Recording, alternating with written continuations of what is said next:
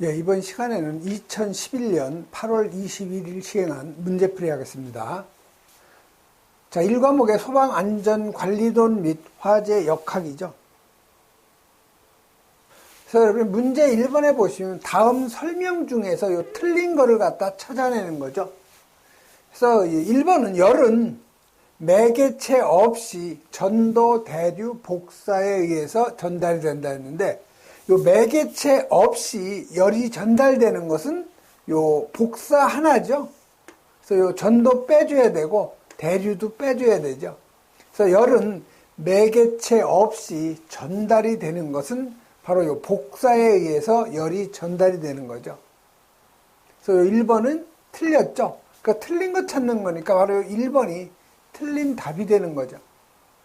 다음에 두 번째 요 복사는 진공 상태에서 전달이 된다. 즉, 열 매개체 없이 전달이 되기 때문에 진공 상태에서도 열이 전달되는 것이 바로 복사죠.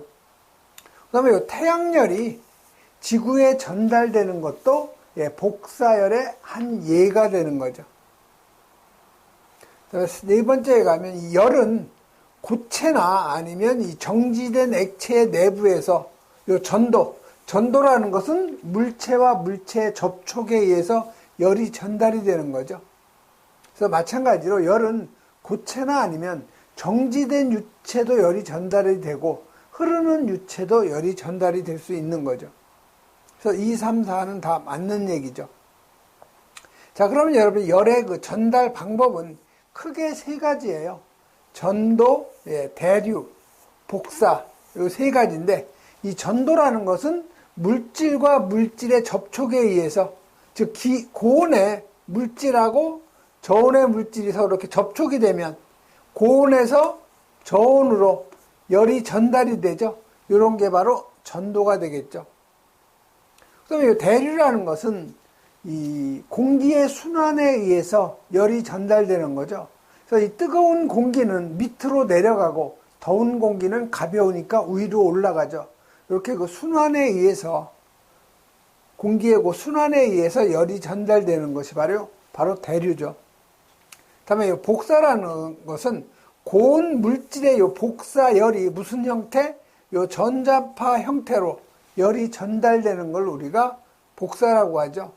그래서 대표적인 것이 이 지구에 태양열이 이 전달되는 것이 바로 이 복사열이에요. 그래서 여러분이 그 복사열 그 중요한 공식 하나 있죠. 스테판 볼츠만의 법칙. 그래서 이 스테판 볼츠만의 법칙을 보면은 이 복사열이라는 것은 요 A, 스테판 볼츠만의 요건 상수예요, 상수. 그다음에 요 A는 단면적. 그다음에 요 F는 기하학적 상수. T1은 고온의 절대온도, T2는 저온의 절대온도죠.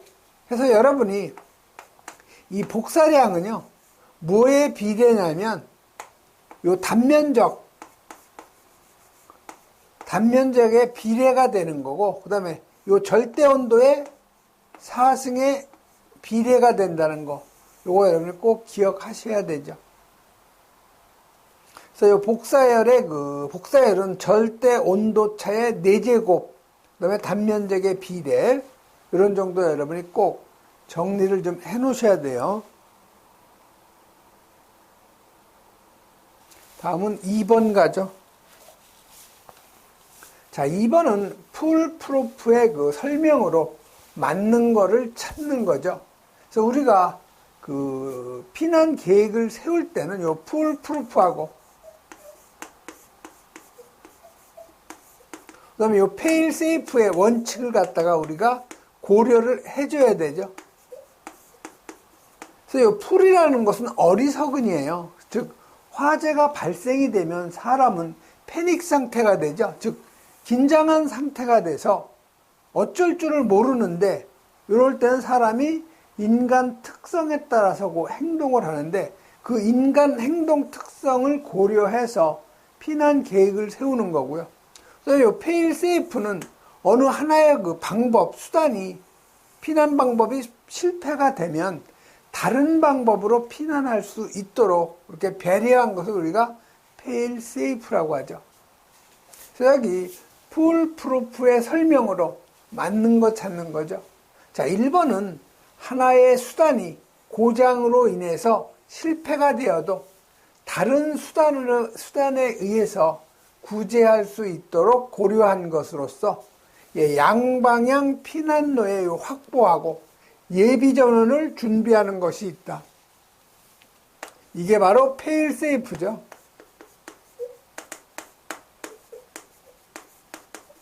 우리가 비상발전기 준비하는 거, 또 예비펌프 준비하는 거, 다 이게 어느 하나의 그 방법이 실패가 되면 다른 방법에 의해서 뭐 소화 설비를 갖다가 기동시킬 수 있는 그런 것도 하나의 페일세이프죠. 다음 두 번째, 연료가스가 분출 속도보다 빠를 때 발생한다. 자, 우리가 그 노즐에서 가스의 그 분출 속도가 크면 화염이 이렇게 떨어져 있죠. 이렇게 떨어져 있는 걸 우리가 리프팅이라고 하죠. 즉, 연소 속도보다 가스의 요 분출 속도가 크면은 이 화염이 이 노즐에서 떨어져 있는 상태를 우리가 리프팅, 선화 현상이라고 하죠. 그런데 가스의 그 연소 속도보다 요 분출 속도가 작을 경우에는 이 버너 내부에서 화염이 들어가 있죠. 이런 걸 우리가 역화, 백파이어라고 하죠. 그 다음에 선화 현상에서 요 화염이 꺼지는 거, 이거 우리가 블로우 오프라고 하죠.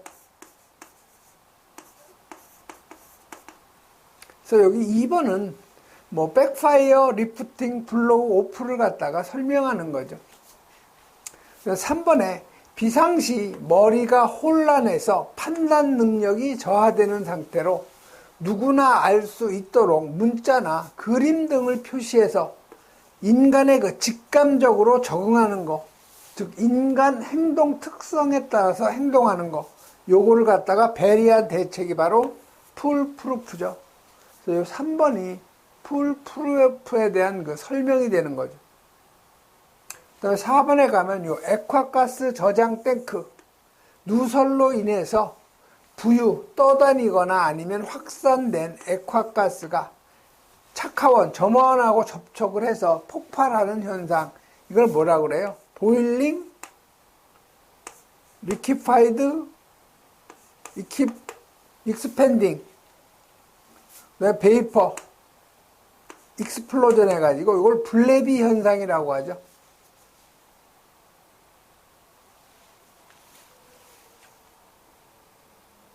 그래서 여러분 그 해설 쪽에 한번 살펴보면은 풀프루프하고 페일세이프에 대한 설명이죠. 그래서 여기 풀프루프라고 하는 것은 화재 시에 사람의 그 심리 상태는 아주 긴장된 상태, 즉 시야시가 된 상태, 이걸 우리가 패닉 상태라고 하죠. 그래서 인간의 행동 특성에 따라서 행동하는 것을 고려해서 원시적이고 간단 명료하게 배려한 대책을 우리가 풀프루프라고 한다는 거죠. 그래서 예를 들면은 피난 또는 유도 표지가 요 문자보다는 색과 형태, 우리 그 피난구 유도등 보면 녹색이죠. 여기 보면 사람이 이렇게 뛰어가는 모습이 있죠. 그래서 색과 형태를 이용한다든가 아니면 여러분이 피난 방향으로 항상 문은 열리죠. 그래서 여러분이요, 피난구는 항상 이 안에서 밖으로 밀게 되어 있죠. 다시 말해서 피난 방향으로 문이 열리게 되어 있어요. 이런 게 바로 풀프루프죠. 그 다음에 요 페일세이프라는 것은 피난을 할 때 하나의 수단이나 요 방법이 고장 등에 의해서 불가능하더라도 다른 방법에 의해서 피난을 할 수 있도록 고려한 것, 즉 예를 들면 양방향 피난 통로 확보, 아니면 예비 전원 확보, 다시 말해서 상용 전원이 차단이 되면 예비 전원에 의해서 유도등이 뭐 점등이 된다든가 아니면 비상 조명등이 점등이 된다든가 이런 게 바로 페일세이프죠. 그래서 피난 대책의 일반적인 원칙, 이건 시험에 아주 잘 나와요. 두 방향 원칙이죠. 그 다음에 피난 통로를 두 방향의 원칙에 따라 확보를 해줘야 되고, 그 다음에 이 피난 수단은요, 원시적인 방법을 원칙으로 해야 돼요. 그래서 피난 구조 설비, 이놈은 고정식 설비를 원칙으로 하고, 보조적으로, 요 이동식 설비를 보조적으로 하는 거죠. 그 다음에 피난 대책은 풀 프루프하고 페일 세이프의 원칙을 중요시한다. 다음은 3번으로 넘어가죠. 자, 3번은 노동재해에 관해서 실증적 연구를 행한 결과 중상자가 한 명 나오면 동일한 사고가 29번 일어나서 부상을 갖다 당하였고, 부상을 당하지 않았지만 사고가 날 뻔한 경우가 300번 정도 있었다는 사실을 밝힌 사람, 이게 누구냐면 하인리예요. 독일의 하인리가 밝혔기 때문에 하인리히의 법칙이라고 하죠.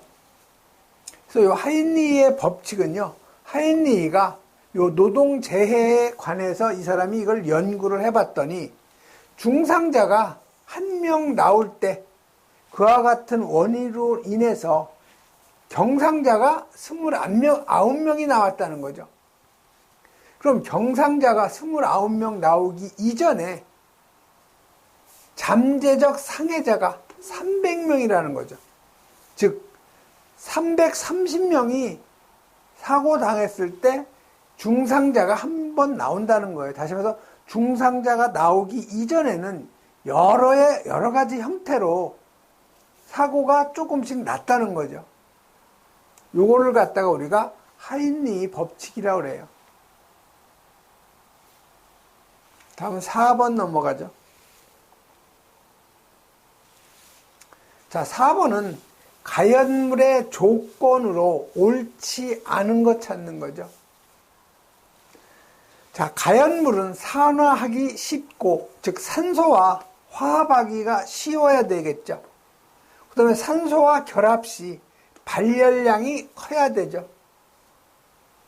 그 다음에 연소 반응을 일으키는 요 활성화 에너지가 커야 한다. 여기 틀린 거죠. 작아야 하죠. 자, 그럼 활성화 에너지가 뭐냐? 이쪽 우리가 에너지라고 하고요. 이쪽 우리가 반응의 진행 방향이라고 하죠. 그럼 어떤 반응하는 물질이 있겠죠? 반응하는 물질. 자, 그럼 반응물이 어떤 에너지를 갖다가 필요로 해가지고 반응을 해서 반응 물질, 생성물이 나오겠죠?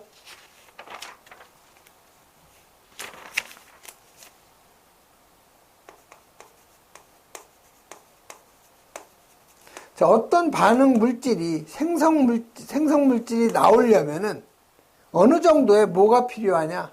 에너지가 필요하다는 거예요. 즉, 요 반응 물질이 생성물이 되려면은 어느 정도의 최소한의 요 에너지가 필요하다는 거죠. 요게 바로 활성화 에너지예요. 다시 말해서 어떤 반응 물질이 반응을 하기 위해서 필요한 최소한의 에너지를 우리가 활성화 에너지라고 하죠. 그래서 이 활성화 에너지가 작을수록 반응 속도가 빨라요.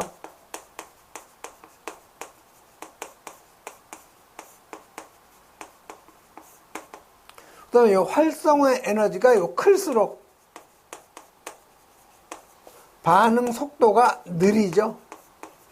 그래서 이 활성화 에너지는, 즉 필요한 에너지가 작을수록 잘 타는 거죠. 그러니까 가연물이 되는 거죠. 그래서 2번은 연소 반응을 일으키는 이 활성화 에너지가 작아야 가연물의 조건이 되는 거죠. 그래서 옳지 않은 것은 바로 요 2번이 답이 되는 거죠. 3번, 열의 축적.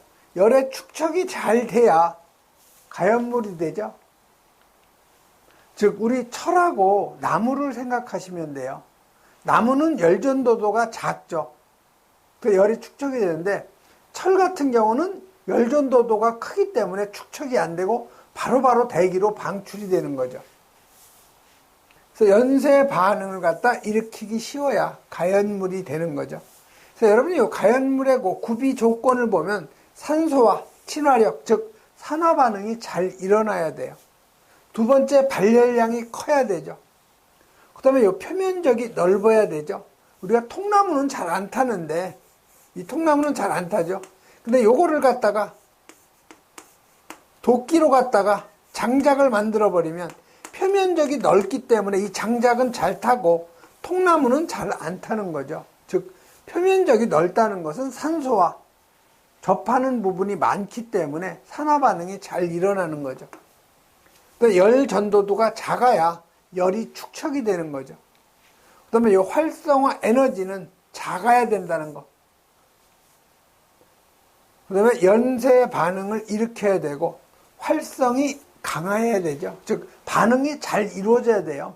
근데 우리 주기율표의 영족은 불활성이라고 하잖아요. 자, 영족 원소는 뭐가 있어요? 헤리온, 네온, 아르곤, 크립톤, 크세논. 이게 영족 원소잖아요. 이게 18쪽. 이 활성이 없다는 거예요. 다시 말해서 반응을 안 하는 물질을 우리가 불활성이라고 하죠. 그래서 우리가 불활성 기체라고 해요, 이놈을. 다음 4번으로 넘어가죠.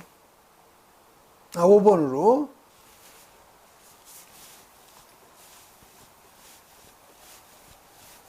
자, 5번은 요 경제 발전하고 화재 피해의 상관관계죠. 즉, 경제 속도하고 화재 피해예요.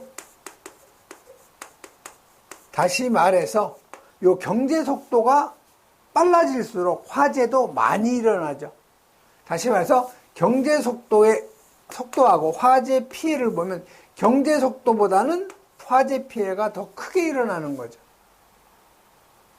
그래서 화재 피해가 차지하는 그 목이 경제 발전 속도보다 빠른 속도로 상승이 되는 거죠.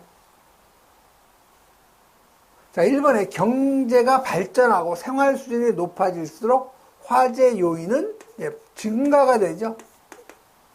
경제 발전하고 화재 피해와는 별반 상관관계가 없다가 아니고 상관관계가 깊다죠.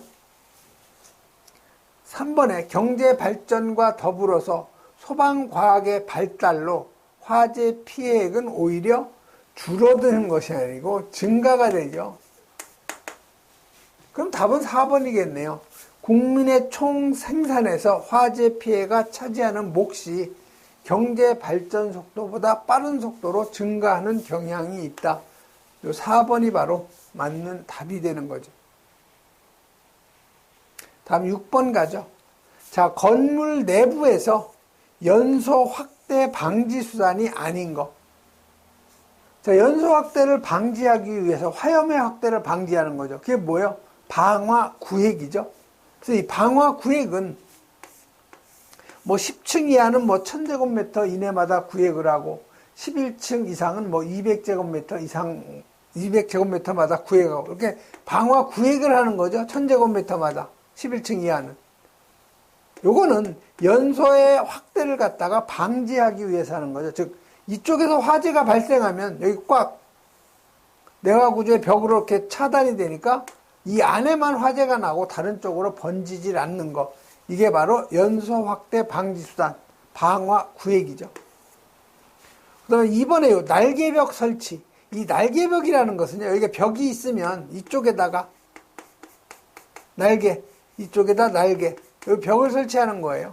이거는 이쪽에서 화염이 다른 쪽으로 가지 못하게 하는 거죠.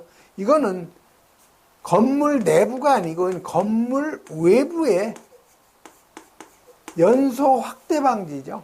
그래서 요 2번이 바로 답이에요. 자, 방화문. 방화문은 방화벽이나 이런 걸 하기가 어려울 때는 방화문이나 방화 셔터로 하는 거죠. 이것도 방화 구획을 하는 거죠. 그 다음에 요 드렌처 설비. 드렌처 설비는 이 개구부 있죠?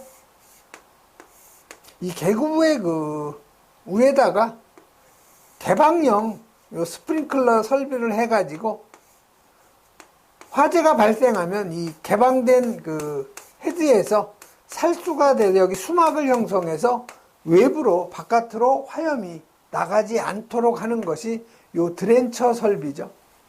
그래서 요 드렌처 설비도 건물 내부의 연소 확대 방지죠.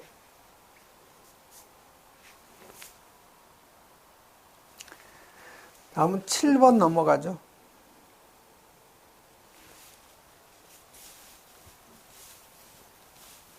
자, 이 7번은 요 가연성 기체 또는 액체 그 폭발 범위에 대한 설명인데 틀린 거 찾는 거예요. 폭발 범위 설명인데 틀린 거.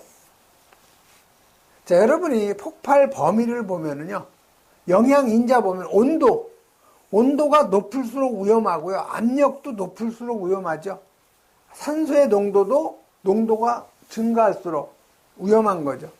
다시 말해서 온도, 압력, 산소 농도는 높을수록 위험해요. 뭐 이건 암기를 안 해도 여러분이 이런 건 쉽게 이해할 수가 있겠죠. 그래서 연소 범위.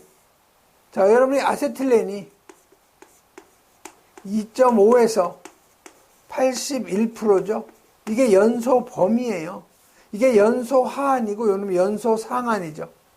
그래서 연소 범위가 넓을수록 위험해서 요 아세틸렌 기체가 가연성 기체 중에서는 가장 폭발 범위가 연소 범위가 넓기 때문에 위험한 거죠. 그 다음에 여러분 수소 4에서 75%죠. 요놈이 두 번째로 폭발 범위가 넓어요. 그래서 연소 범위, 즉 폭발 범위는 넓을수록 위험한 거죠. 그 다음에 연소열이나 요 증기압, 이거 당연히 클수록 위험하죠. 그래서 연소 속도, 당연히 빠를수록 위험. 그 다음에 인화점, 그 다음에 착화점. 자, 인화점이라는 것은 이건 점화원이 있는 상태에서 불이 붙는 온도고, 요 착화점하고 같은 말이 발화점이죠. 그래서 이 착화점은 점화원이 없는 상태에서 물질이 가열을 시키면 어느 순간에 불이 붙는 거죠. 그걸 우리가 착화점이라고 그래요. 그 다음에 이 B점은 이제 끓는 점이죠. 끓는 점. 보일링 포인트. 그 다음에 융점. 이건 녹는 점. 우리가 멜팅 포인트라고 하죠. 그 다음에 이 비중. 그 다음에 점성, 점도죠. 그래서 이런 거는 낮을수록 위험한 거죠. 그래서 지금 틀린 거 찾는 거예요. 자, 요 불활성 기체는 뭐라고 그랬어요? 헬륨, 네온, 아르곤, 뭐 크립톤, 크세논. 요 질소도 마찬가지로 불활성 기체죠. 불활성 기체를 투입을 하면은 폭발 범위는 좁아진다. 이거 맞는 얘기죠. 자, 아세틸렌이 폭발 범위가 2.5에서 81%인데 요 아세틸렌 기체에다가 질소가스를 막 집어넣으면 이 농도가 떨어지죠. 그렇기 때문에 폭발 범위는 좁아져요. 자, 온도가 높아지면 폭발 범위 좁아진다가 아니고 넓어진다죠. 이게 틀린 거네요. 그래서 2번이 여기선 답이 되죠. 압력이 높아지면 폭발 범위는 일반적으로 넓어지고요.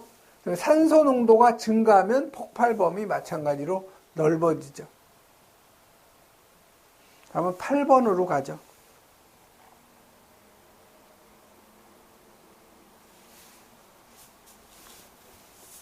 자, 이 8번은 건축물 화재 시에 2차 안전구역은 어디냐 이 얘기죠. 자, 사람이 이 거실에서, 우리가 거실이라고 하면 여기가 복도가 있겠죠. 그 다음에 이 복도에서 쭉 가면 뭐가 있어요? 이쪽에 여기 문이 있고 계단 전실이 있죠. 그리고 이쪽이 이제 계단이 되는 거죠. 여기가 복도고. 그래서 이 출입구에서 화재가 나면 여기 실 안에서 화재가 발생하면 사람이 일단 이쪽으로 나오겠죠. 그럼 이 복도가 1차 안전구획이 되는 거예요. 복도가. 사람이 이렇게 가서 계단 쪽으로 가려니까 전실로 들어가죠. 전실이 2차 안전구획이 되는 거죠. 전실을 지나서 계단으로 가니까 계단이 3차 안전구획이 되는 거죠. 그래서 2차 안전구획은 계단 전실이에요. 그래서 맞는 답은 바로 요 2번이 바로 맞는 답이 되는 거죠. 그래서 1차 안전구획은 복도, 2차 안전구획은 계단 전실 또는 계단 부속실이라고 하죠. 3차 안전구획은 계단이 되겠죠. 다음 9번 가죠. 자, 프레시 오버의 방지 대책이 아닌 것. 자, 이 프레시 오버라는 게 뭐예요?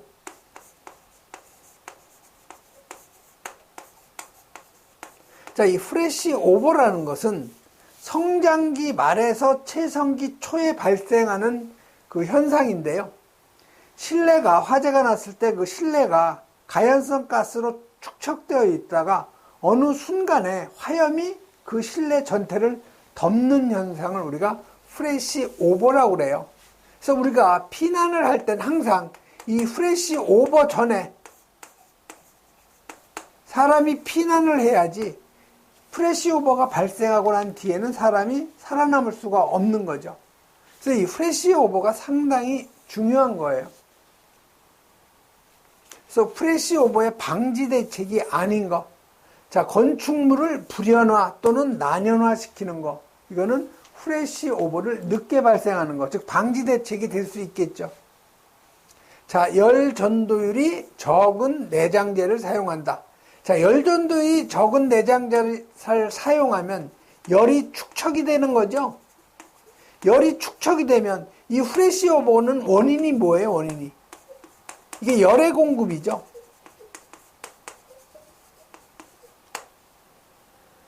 그래서 이 프레시 오버를 방지하는데 열 전도율이 적은 내장재를 사용하면은 열이 축적이 되기 때문에 프레시 오버가 빨리 도달이 되죠. 열의 공급에 의해서. 그래서 요 2번이 바로 틀린 답이 되는 거예요.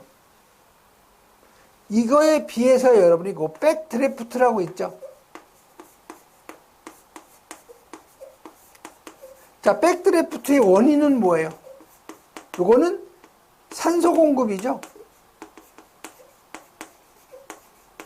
실내 가연성 기체가 계속 쌓이고 쌓이다가, 즉, 왜 아직 연소가 안 되는 거예요? 산소가 부족해가지고 그 내부에서 불완전 연소하고 있는 거죠. 그러다가 화재 진압을 위해서 출입문을 갑자기 개방을 하면 외부에서 신선한 공기가 실내로 들어가기 때문에 그때 폭풍을 동반한 화염이 확대가 되는 거죠. 이게 바로 백드래프트예요. 그래서 이 백드래프트는 이 감쇄기에 발생이 되는 거고, 이 프레시 오버는 우리가 성장기에 발생이 된다 이렇게 얘기하는 거죠. 그 다음에 출입구를 넓게 한다. 출입구를 아주 크게 하면은 방지할 수가 있어요. 열이 다 축적이 안 되니까.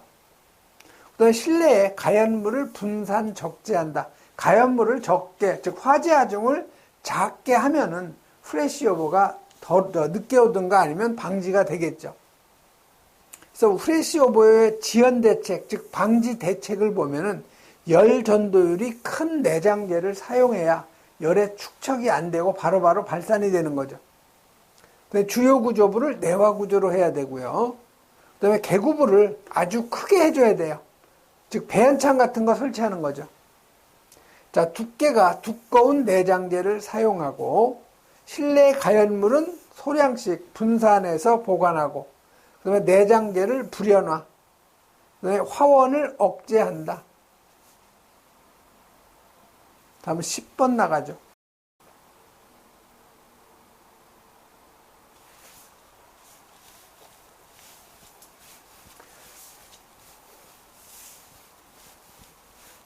자, 10번은 피난에 유효한 이 건축 계획하고 거리가 먼 거를 찾는 거죠. 자, 우리가 피난 계획을 세울 때 두 방향 피난로를 확보하죠. 이게 페일세이프라고 했죠. 그 다음에 이 에스컬레이터를 설치한다. 이 에스컬레이터는 화재 시에는 아무 무용지물이죠. 정전도 될 뿐더러 또 계단도 아니고 이게 만약에 움직이면 사람이 굉장히 피난하는데 장애물이 되겠죠. 그래서 요거는 가능한 한 요 에스컬레이터는 설치하지 않는 것이 좋은 거죠. 그래서 요거 2번이 바로 피난에 유효한 건축 계획에서 먼 거죠. 또 내장재를 불연화시킨다. 아니면 안전 구획의 확보. 요거는 건축 계획에 포함이 되겠죠. 11번 나가죠. 다음 설명 중에서 요 틀린 거를 갖다 찾는 거죠. 그래서 여러분이 문제를 풀기 전에 요 구획 화재의 요 온도 곡선을 먼저 알아두는 것이 훨씬 낫죠. 그래서 해설 쪽에 보시면 여러분이 요 구획 화재의 설계 화재 곡선이 나오는데 여기 보시면 처음에요. 성장기로 갔다가 다시 채성기를 갔다가 같이 감쇄기로 들어가죠. 그래서 보시면 이 성장기 때 연료 지배형 화재라고 하죠. 그래서 이 연료 지배형 화재는 화재 초기에는 공기가 충분하죠. 그래서 공기는 충분한 상태에서 이 연료, 가연물에 의해서 화재가 좌우되는 거죠. 요걸 우리가 연료 지배형 화재, 성장기 때. 그 다음에 환기 지배형 화재라는 것은 공기의 유입 속도에 따라서, 즉 공기의 양에 따라서 화재의 양상이 좌우되는 거죠. 그래서 요거는 채성기 때. 그래서 요 프레시 오버는 성장기 말에서 채성기 초에 발생이 되기 때문에 요 프레시 오버가 굉장히 중요하죠. 다시 말해서 요 프레시 오버가 발생하기 요 전에 이때 피난이 가능해야 되죠. 프레시 오버가 발생한 이후에는 사람이 생존하기가 불가능한 거죠. 그래서 여러분이 요 연료 지배형 화재하고 환기 지배형 화재를 한번 비교도를 한번 보면은요. 이 연료 지배형 화재라는 것은 공기는 충분하죠. 그럼 요게 가연물의 양에 따라서 제어되는 화재를 우리가 연료 지배형 화재라죠. 다시 말해서 연료에 의해서 화재가 지배가 되는 거예요. 그 다음에 여기 환기 지배형 화재는 공기, 즉 산소의 유입량에 의해서 화재의 양상이 달라지는 거죠. 즉 이런 걸 우리가 환기 지배형이라고 그래요. 즉 유입되는 산소의 양에 따라 연소 속도와 열의 방출 속도가 결정이 된다는 거죠. 그래서 지배 조건을 보면은 연료 지배형은 연료량에 따라서 지배가 되고요. 환기 지배형은 환기량, 다시 말해서 공기량에 의해서 지배가 되는 거죠. 그래서 연료 지배형은 주로 개방된 공간에서 발생이 되는 거고, 환기 지배형은 지하층이나 무창층, 즉 공기가 좀 순환이 잘 안 되는 곳이죠. 그래서 발생 장소는 연료 지배형은 목조 건축물, 환기 지배형은 내화구조 건축물. 그다음에 발생 시기 있죠. 연료 지배형은 성장기예요. 연료 지배형은 성장기. 환기 지배형은 채성기 때죠. 자, 연소 속도는 성장기 때는 빠르고요. 채성기 때는 좀 느리죠. 자, 화재 성상은 프레시 오버 이전에 발생하는 것이 연료 지배형 화재고, 프레시 오버 이후에 발생하는 것이 환기 지배형이죠.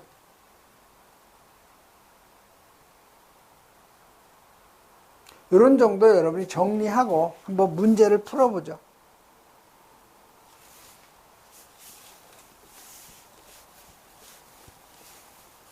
그래서 다음 설명 중 틀린 거 찾는 거예요. 틀린 거. 자, 연료 지배형 화재는 감쇄기에 발생한다 했는데 틀린 거죠. 연료 지배형은 화재 초기, 다시 말해서 성장기 때 발생이 되는 거죠. 그래서 틀린 건 바로 1번이에요. 환기 지배형 화재는 채성기 때 발생하죠. 그래서 실내에서 완전히 연소하지 않을 수 있는데 공기가 제한된 화재를 말한다. 즉 환기, 공기가 화재를 갖다 지배하는 거죠. 3번에 완전 성장 단계일 때 화염이 창문이나 문을 통해서 분출될 정도로서 실내에 화염이 가득 찬 상태를 말하죠. 그 다음에 환기 지배형 조건이 발생했을 때, 즉 채성기 때에는 일산화탄소라든가 연기라든가 에너지 등이 최대값을 갖는 거죠. 채성기 때. 이게 바로 환기 지배형 화재죠. 다음 12번 가죠. 자, 12번은 다음 중에서 보일 오버 현상을 갖다 설명한 거 찾아내라는 거예요. 자, 이 보일 오버라는 건 뭐예요? 보일 오버. 자, 보일 오버라는 것은 이런 중진류 저장 탱크가 있으면 여기서 화재가 발생을 하죠. 근데 이 중진류 저장 탱크 저부에는 수분이 이렇게 그 밑에 가라앉아 있죠. 그 화재가 나면 이제 열이 이쪽으로 전달이 되는 거죠. 그러면 이 중진류기 때문에 이 열이 100도의 열이 아니고요.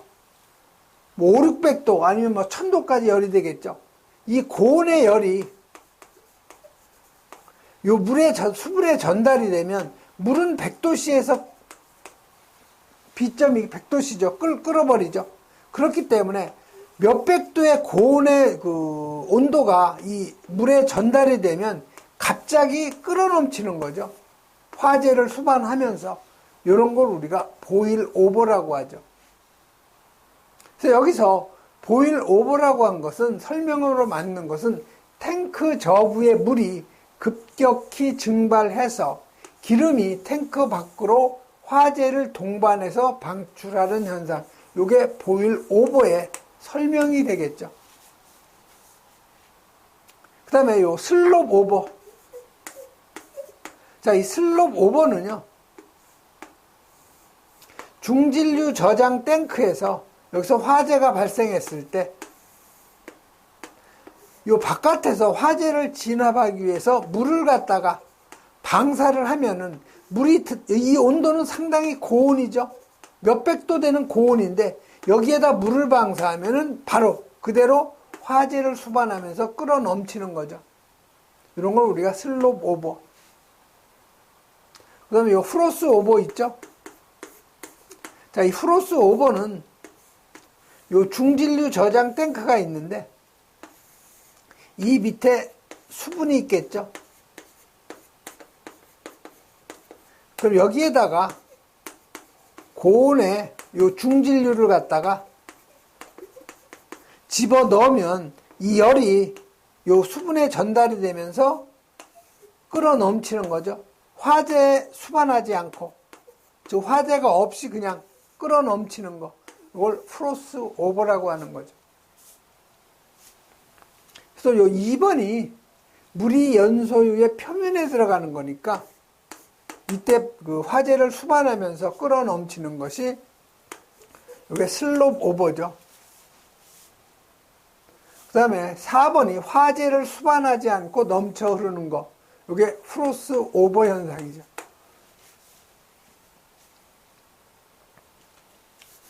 예, 이번 시간에는 여기까지 하겠습니다.